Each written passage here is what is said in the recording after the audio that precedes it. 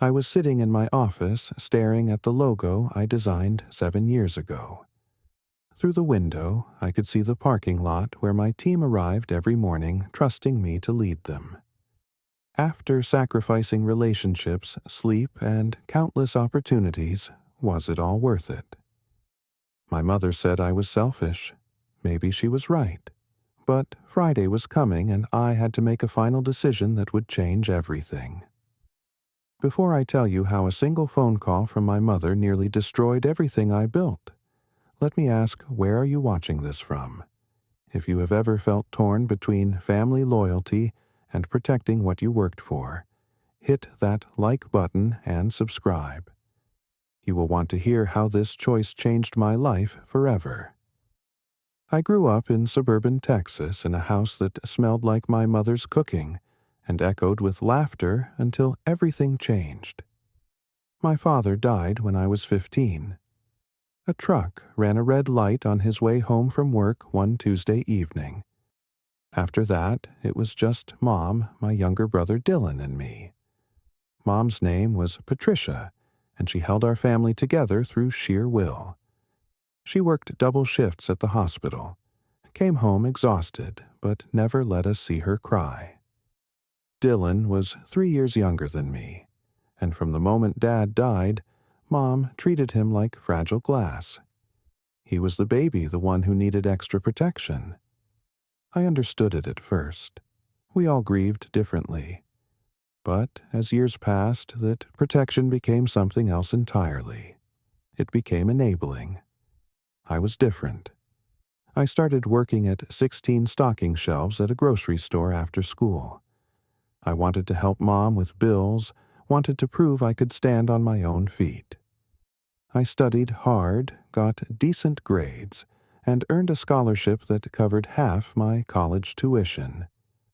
I worked through college, graduated with a marketing degree, and landed a job at a small advertising firm in Dallas. Dylan dropped out of college after 1 year.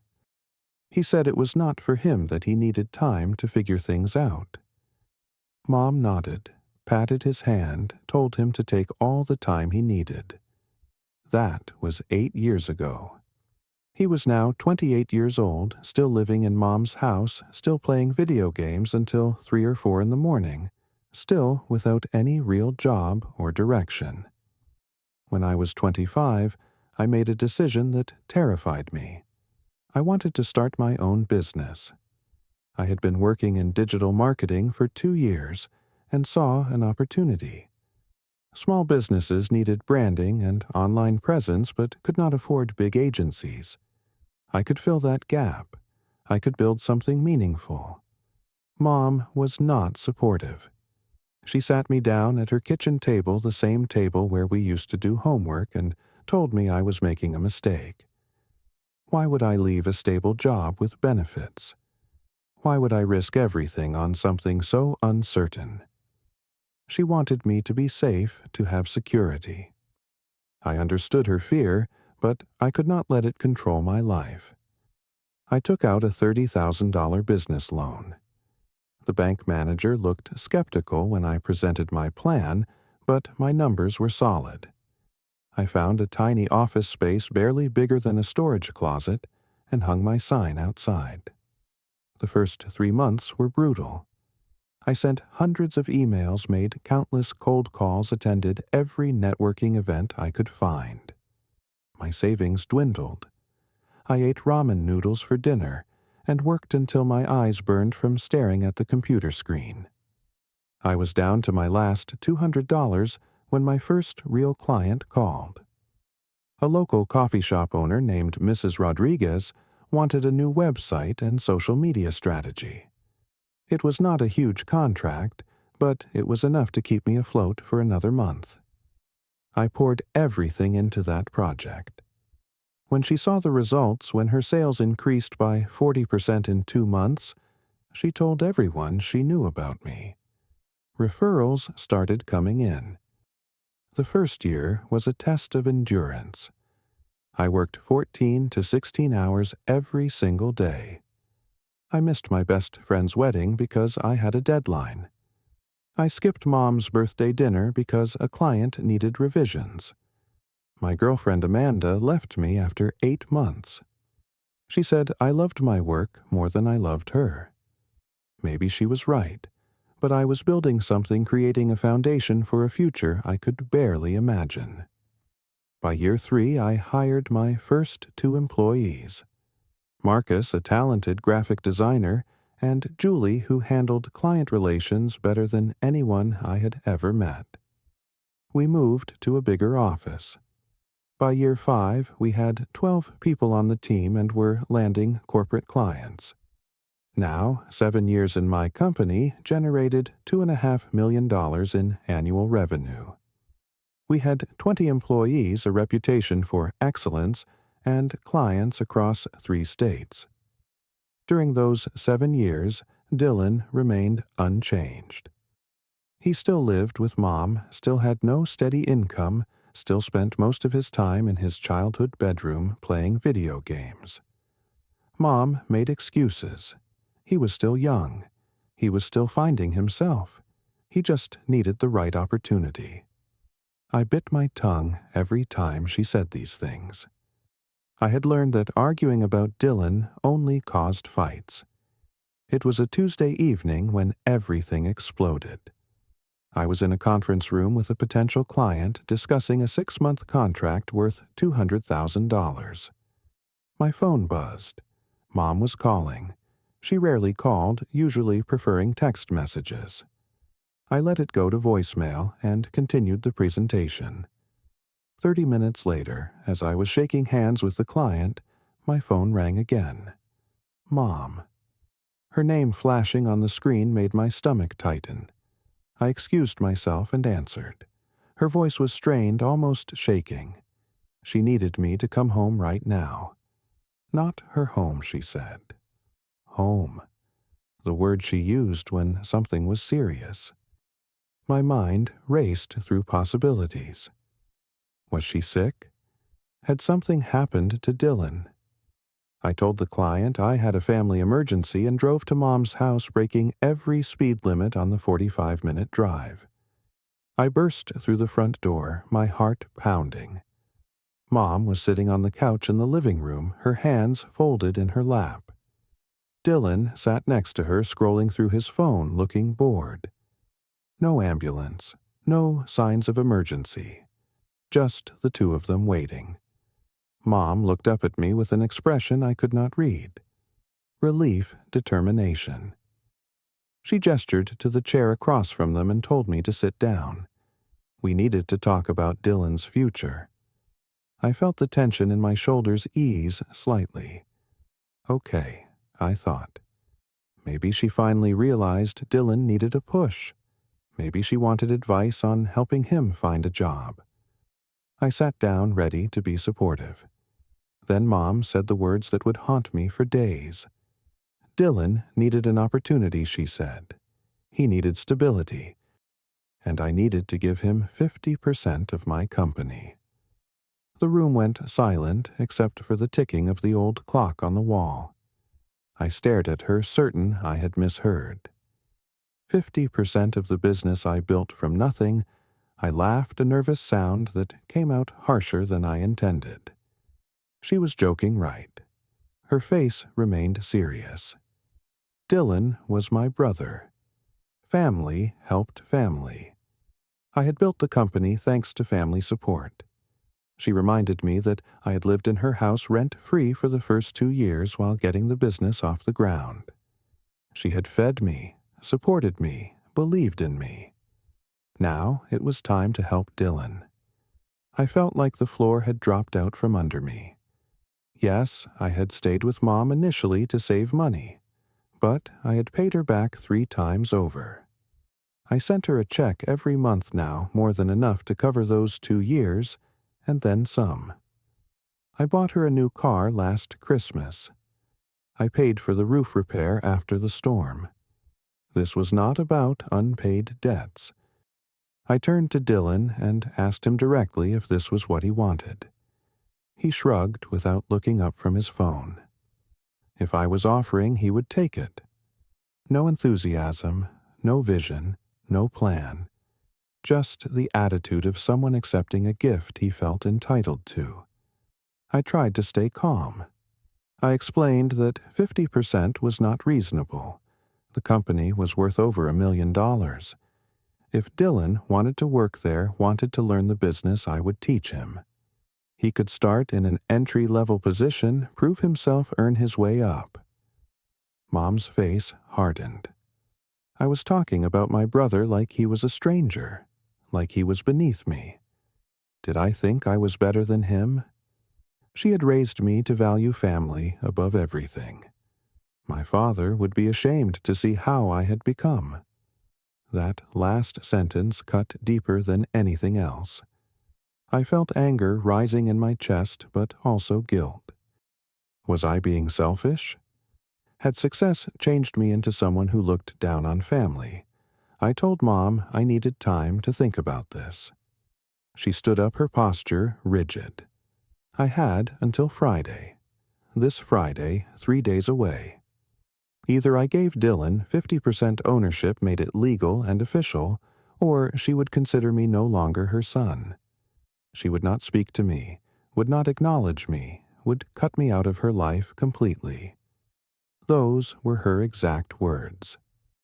Dylan finally looked up from his phone, a small smirk on his face. He knew Mom was fighting his battle. He did not have to do anything except wait for me to cave. I drove back to my apartment in a daze. I could not sleep that night. I lay in bed, staring at the ceiling, replaying the conversation over and over. How had it come to this? How had my mother, the woman who taught me the value of hard work, decided that my brother deserved half of something he had contributed nothing to? Wednesday morning, I called my lawyer. From a legal standpoint, the situation was clear. The company was entirely in my name. Mom had no legal claim, and Dylan certainly did not. But this was not about legality. This was about family, about love, about loyalty. Things that could not be solved in a courtroom. I decided to call Dylan directly without Mom listening. Maybe we could talk brother to brother. He answered on the 5th ring, sounding like he had just woken up even though it was 2 in the afternoon. I asked him straight out if this was really what he wanted, or if Mom was pushing him into it. His answer made everything worse. He said, yeah, he wanted it. He deserved a good life, too. I had gotten lucky with my business, and it was time to share that luck. He would not even have to do much work, just be a co-owner, collect his share of the profits, maybe make a few decisions here and there. Lucky. He called 7 years of sacrifice luck. He saw my 16-hour days, my failed relationships, my sleepless nights as luck. And he wanted to walk in and claim half of it without ever experiencing any of the struggle. I told him that was not how business worked. He laughed and said it was how family worked. Then he hung up. Thursday morning arrived with a weight on my chest that made it hard to breathe. 2 days until Mom's deadline. I had not slept more than an hour. Every time I closed my eyes, I saw different versions of the future. In one version, I gave in. Dylan got his 50%, showed up to the office whenever he felt like it, made terrible decisions that undermined everything we had built. Employees quit. Clients left. The company collapsed within a year. In another version, I refused. Mom kept her promise. I lost my family. Holidays became lonely. Birthdays passed without phone calls. I built an empire but had no one to share it with. Both futures felt unbearable. My phone rang at 9 in the morning. It was my Aunt Helen, Mom's older sister. She lived 2 hours away and usually only called on major holidays. Her voice was gentle but firm. She had heard about the situation. Mom had called her crying, worried about Dylan's future. Helen thought I should seriously consider Mom's request. Family was everything. Money came and went, but blood was forever. I was being selfish, putting business before my brother. I tried to explain my side, but Helen cut me off. Dylan was still young, still finding his way. I had been given opportunities. Now it was his turn. She hung up before I could respond. An hour later, my cousin Greg texted me. The message was short and brutal. He could not believe how selfish I had become. Dylan deserved this chance. I was acting like I was better than everyone else. Success had gone to my head. I realized Mom had been calling family members, telling her version of the story. In her version, I was the villain. The ungrateful son who refused to help his struggling brother. She left out the parts about Dylan never trying to build anything himself, about him expecting everything to be handed to him, about the 7 years I spent building the company brick by brick. I felt isolated, betrayed. My own family had turned against me without even hearing my perspective. That afternoon, Marcus knocked on my office door. His expression was serious. He needed to tell me something important. My stomach dropped. Had Dylan been spreading rumors at work too, Marcus explained that Dylan had come to the office yesterday, while I was out meeting clients. He walked around like he owned the place, introducing himself to employees as the soon-to-be co-owner. He told Julie that after Friday there would be big changes. Some people might need to be let go to cut costs. He said it with a smile, like he was doing everyone a favor. My hands clenched into fists. Dylan had not just accepted Mom's offer passively. He was already acting like the company was his. He was already planning to dismantle what we had built. He had never run a business, never managed a team, never dealt with the pressure of payroll and client demands. But he thought he could walk in and start firing people I called Dylan immediately. He answered cheerfully. I asked him why he was at my office. He said he was just checking out his investment, seeing what changes needed to be made. When I told him there was no investment yet, that I had not agreed to anything, he laughed. He said I would agree. Mom would make sure of it. And yes, he thought we should fire a few people. We were paying them too much. He had looked at the numbers and we could increase profits by cutting staff. The numbers he looked at were confidential. He had no right to access them. I asked him how he got that information. He said Mom had encouraged him to do research to be prepared for his new role. One of the administrative staff had let him into my office when he said he was my brother. I felt violated. My own brother had gone through my private files, made plans to destroy jobs, acted like a king surveying his kingdom. And he felt entitled to all of it. That evening, I called an emergency meeting with my core team. Marcus, Julie, and 3 other senior employees gathered in the conference room. I had never shared personal problems with them before, but this affected all of us. I explained the situation honestly. My mother wanted me to give Dylan half the company. Dylan had already been here making threats about layoffs. The room was quiet for a moment. Then Julie spoke up. She had been with me for 5 years, had watched the company grow from a team of 3 to 20. She told me that if Dylan became co-owner, she would quit. She could not work for someone who had no respect for what we had built together. Marcus agreed. So did the others. They reminded me of the late nights we had all pulled together, the celebrations when we landed major clients, the way we supported each other through challenges. This was not just my company anymore. It belonged to all of us who had invested our talent and time into making it successful. Giving half of it to someone who wanted to tear it apart would be a betrayal of everyone in that room. Their words gave me strength. I realized I was not just protecting my own creation. I was protecting their livelihoods, their careers, their trust in me as a leader. I made my decision. I would not give Dylan anything, and I would not wait until Friday. Thursday night I drove to Mom's house. I did not call ahead. I just showed up and knocked on the door. Mom opened it surprised to see me a day early. Dylan was on the couch exactly where he had been on Tuesday, controller in hand game, playing on the television. I walked in without being invited and stood in the middle of the living room. I told Mom I had made my decision. I could not give Dylan 50% of the company. Mom's face turned red. So I was choosing money over family. I was really going to let her disown me over greed. Dylan paused his game and turned around ready to watch the show. I stayed calm. I told Mom this was not about choosing money over family. It was about protecting something I built through years of sacrifice. Something Dylan had no part in creating.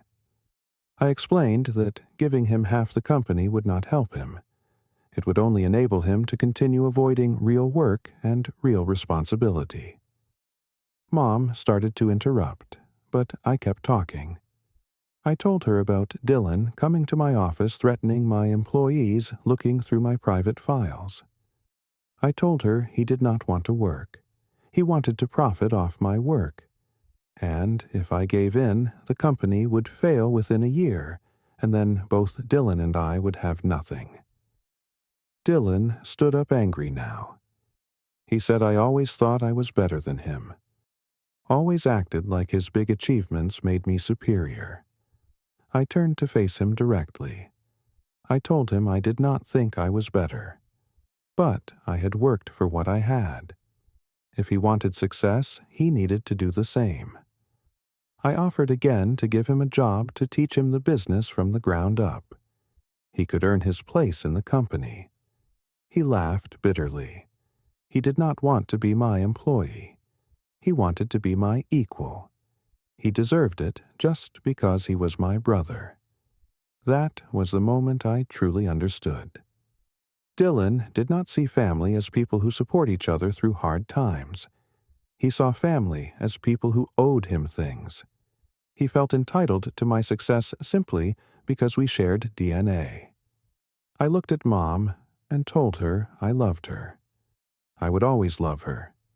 But I could not let that love destroy everything I had built. I could not enable Dylan's refusal to grow up. If she wanted to disown me for protecting my life's work, then I would have to accept that. But I would not change my mind. Mom's voice was ice cold. She told me to leave. She meant what she said on Tuesday. I was no longer her son. She would tell the rest of the family.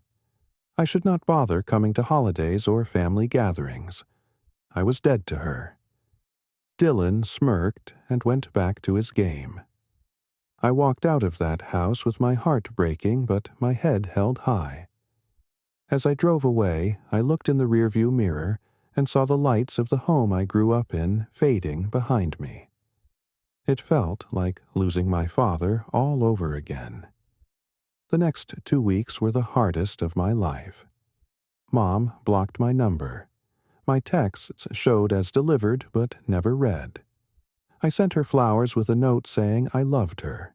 They were left on the porch and eventually died there. Aunt Helen sent me a long message about how disappointed she was in me. Cousin Greg posted on social media about family members who turn their backs on blood for material success. He did not name me, but everyone knew who he meant. I threw myself into work. It was the only thing that made sense anymore. My team noticed I was struggling, and they rallied around me. Marcus brought me coffee every morning and made sure I ate lunch. Julie handled clients with extra care so I could focus on keeping myself together. But something unexpected started happening. Not everyone in the family agreed with Mom. My uncle, Robert Dad's brother, who I rarely saw, called me out of the blue. He said he had heard about the situation and wanted me to know he was proud of me. He told me about a similar situation he had faced years ago when family members wanted him to invest in their failing business. He had said no lost relationships over it, but never regretted protecting what he had worked for. A few cousins reached out privately, saying they understood my position even if they could not say so publicly. They had watched Dylan coast through life and knew what I was dealing with. The company continued to thrive. We landed 2 major contracts in those first weeks. My team worked harder than ever, and I realized I had built something more valuable than just a business. I had built a community of people who believed in merit and effort in earning what you receive. 6 months passed. I learned to live with the hole in my life where my mother used to be. I started dating someone new, a teacher named Sarah, who knew nothing about my business and liked me for who I was, not what I owned. I made peace with my decision. Then, one Saturday morning, my phone rang. It was Mom. I stared at the screen for several seconds before answering. Her voice was small, tired. She asked if we could talk. I told her yes and drove to her house with my hands shaking on the steering wheel. Mom opened the door, and I could see she had been crying. She looked older than I remembered. We sat in the living room in the same spots where the ultimatum had been delivered 6 months earlier. She told me she was sorry. She had been wrong. She had let her fear for Dylan's future cloud her judgment. She had let her guilt over his struggles make her blind to reality. Dylan was upstairs in his room. Nothing had changed for him. He still had no job, no plans, no direction. But Mom had finally seen what I had been trying to tell her. Protecting him from consequences was not helping him. It was trapping him in perpetual adolescence. She asked if I could forgive her. I told her I already had months ago. I had never stopped loving her. I just could not let that love be used to destroy what I had built. We talked for hours that day. Really talked, maybe, for the first time in years. I told her about the business, about my team, about how close I had come to giving in just to keep the peace. She listened without interrupting. When I finished, she said something that stayed with me. She said, "Real love sometimes means letting people face the natural consequences of their choices." She had failed Dylan by never letting him fail. She had tried to save him from every struggle, and in doing so had prevented him from ever learning to save himself. We rebuilt our relationship slowly. She came to the office and met my team.